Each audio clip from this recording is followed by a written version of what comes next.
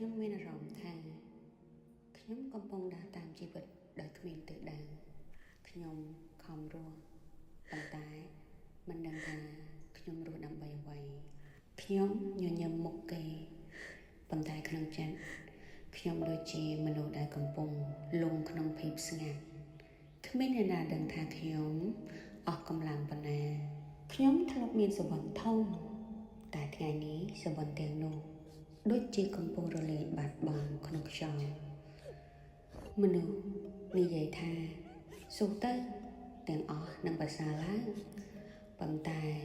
ខ្ញុំមិនដឹងថាខ្ញុំកំពុងស៊ូដោយបេះដូងដែលពេញទៅដោយការឈឺចាប់